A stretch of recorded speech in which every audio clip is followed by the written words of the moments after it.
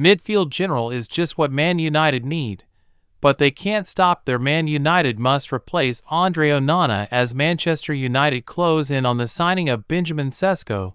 There are already rumors of a new target, and they can't stop at Carlos Baleba. It comes as something of a surprise that United are continuing to act in the market effectively before the season has started. Usually, those in charge drag their heels and set their manager up for failure, only to start the miserable process all over again every couple of years. However, this time, for all the other faults there are at the club, it appears that the club have markedly improved their efforts. They weren't all there in time for preseason, or even all in time for the preseason tour, but it seems the club have managed to get an entirely new frontline for the campaign ahead. Sesko, Mateus Cunha, and Brian Bumo should all be aiming for at least 20 goals next season, but much of that depends not just on themselves, but on the players operating behind them. So far, nothing has changed from last season. Who can play an Amorim system? It's fair to say that Bruno Fernandes can cope with the demands of the stage and of Ruben Amorim.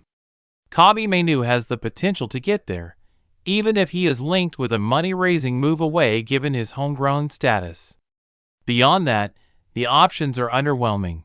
Casemiro is no longer the force he once was despite his best efforts, while it appears almost certain that Manuel Ugarte can't meet the required standards.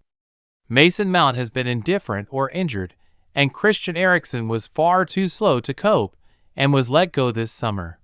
The midfield has to be improved, and there are no players who can be adapted. Jadon Sancho, Antony and Alejandro Garnacho are all too slight, and all are expected to leave. With no pace and no steel, United are as vulnerable as they were last season. Man United must replace Andre Onana. It's not just in front of defense that is the problem, but also behind it.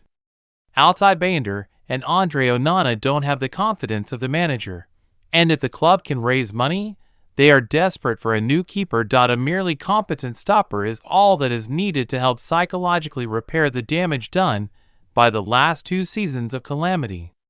While the pressure that the United team puts on their goalkeeper has exacerbated the mental strain for Onana, what has been worse is his inability to catch the ball and to kick it to a teammate.